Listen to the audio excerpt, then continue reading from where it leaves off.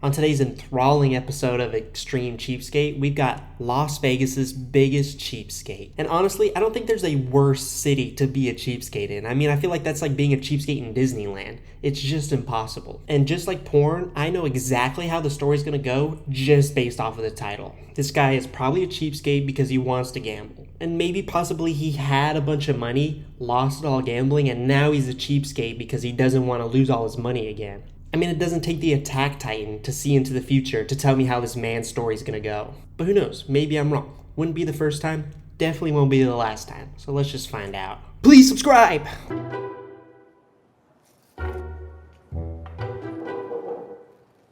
People misplace millions of dollars in loose change every year, and their loss is this cheapskate's gain.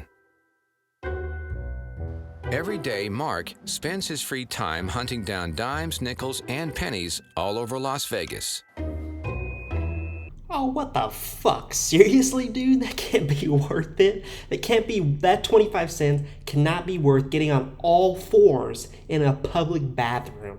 And look at his stupid smug face. Yeah, I hope you're happy with your 25 cents. I also hope you fucking slip and piss while you're in there. I hope when you got on all fours, you just put your hand in a huge puddle of piss. And look at the way he was turning that restaurant like upside down. You're telling me he does that every single day? He just walks into random places looking for leftover change? How's that worth it? With all that time, you could have just gotten a part-time job. And you probably would have made more money. My name is Mark Parisi, and I'm Las Vegas's biggest cheapskate. What I tell you, they're doing his intro, and he's already in a casino. But to be fair, it must be working out. I mean, this has got to be an extreme cheapskate first, that he's wearing a suit. I don't think I've seen any of these cheapskates dress so finely. I mean, his fit is fire. These are my favorite. They're penny loafers from back in the day. But the interesting thing about this, and this is how you can really tell, and pardon the smell, oof, that's me. Did he have to do that? Was sniffing it really necessary for this bit? What was that about? He was just doing that for his own pleasure. He was like, the interesting thing about this is how fucking good it smells. He's like, yeah, that's definitely me. I could recognize that stench anywhere. Yeah, my feet fucking reek. That's definitely me, baby. Keeps his grocery budget under $60 a month by disregarding expiration dates and spending no more than $1 on any single item. Oh, gross, dude. Is it just me, or does that chicken have a hint of green in it? It looks like it's got a little tint of green in it, and it's definitely not basil. That's fucking disgusting, and it's gross because this isn't the first cheapskate we've seen who eats expired meat just to save a few bucks. Who literally puts their life on the line so that they could save $3? I just want to point out this top comment I see, because it's something I never thought of before, that none of these cheapskates are getting rich from their cheapskate ways. None of them. It just makes for a cheap way of living, which makes for a cheap life. They're just hindering themselves. They're like a dude in a boxing match who's tied one of his arms behind his back, or an old man fucking without Viagra. They're just making it harder for themselves. I end up spending about $1, at the most $1.50 on laundry, because I throw one or two pieces in with everybody else. Once a week, he washes and dries his clothes without spending a dime. Hi, I'm Mark. Would you mind if I throw in some laundry with you? Just a few things, not a lot, maybe a few things. No. Okay. All right. Okay, fuck this guy. Fuck this guy. You know, I fucking hate this guy now. He doesn't even deserve one middle finger. He deserves two. And if I could flip him off with my toes, I would.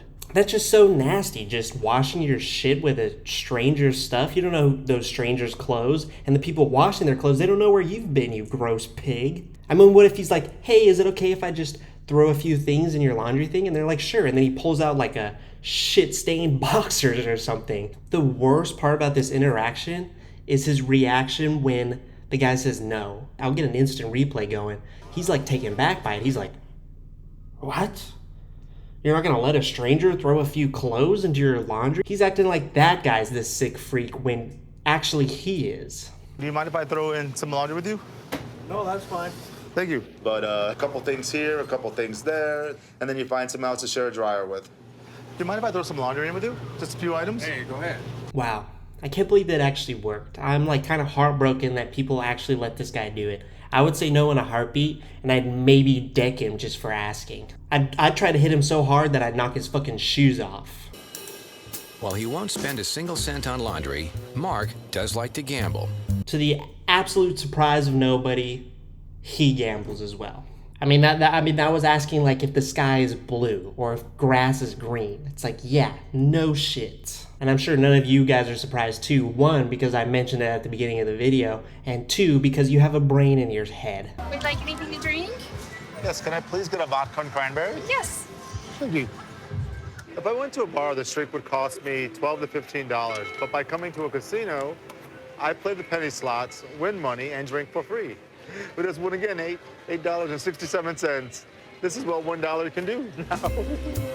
Yeah, I know a gambling addict when I see one, and he is fucking addicted. Did you hear his little woohoo? No. Yeah, he's giddy. He's probably bricked the fuck up, dude. He is so excited to be gambling. I'm praying on this man's downfall. I hope he loses all his money, and I hope he keeps his addiction up and he keeps losing all his money. And I hope he ends up like those mole people who are living underneath the strip in Las Vegas. In the past 6 years, Mark has volunteered in more than 100 medical studies, and the riskier the trial, the better it pays. I've been debating whether doing this new study.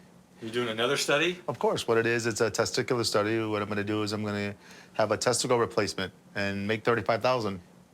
You're going to have your testicles replaced? One of my testicles, not both. Don't you think you need it? Well, they give you an artificial one, so I'd still have 2 working parts. What is this, a bit for a comedy movie? How is this real life? He's literally thinking about selling one of his balls for $35,000. And what, just so he can share laundry with somebody? What the fuck? Is one of your balls really worth $35,000? Like, what the fuck? Mine are at least $1 million. You want one of my balls? They're $1 million. I got $1 million balls. I'm not giving it up for anything less. Clearly wants to get rid of his testicles so badly, so I got a proposition for him. I'll pay him $100 and I'll rip one of his balls off. I'll just rip it right off. An extra $150, and I'll do it with my mouth too. I'll bite his balls off. I'll bite them off just like that guy from Step Brothers. So what's motivating you to want to go under the knife and be part of a study like that? The money.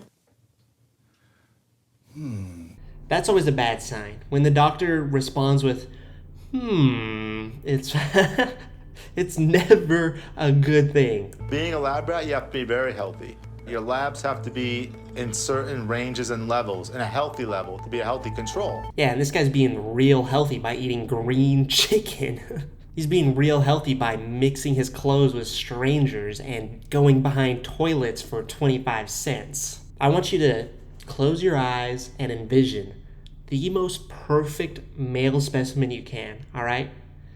Now forget all that. That's bullshit. That doesn't matter because this guy is. He is top of the food chain, top of the line human. Now, what I'm going to also say is you do have the man boob thing going on.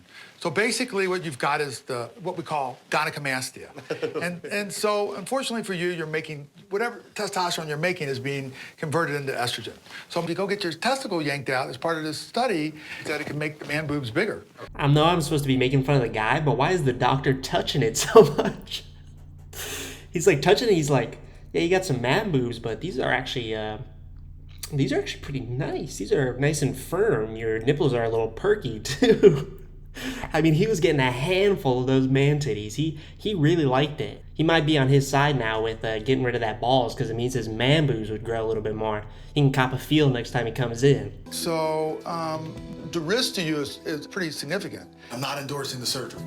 Mark's test results are well below the acceptable range set for the clinical trial. But at the end of the day, you'll go home 2 for 2. You won't have your testicles taken out. Oh, that's it. It's kind of an abrupt way to end it, but I guess it's kind of a sweet ending that he'll have both his fucking balls intact. So I was kind of wrong with one of my prediction. I said maybe he had a bunch of money and he lost it all, but no, he never had a bunch of money. That's it though. What a disgusting fuck. If you guys enjoyed my video, please like, subscribe. I'd really appreciate it. And offer still on the table. $150. I will bite your balls off.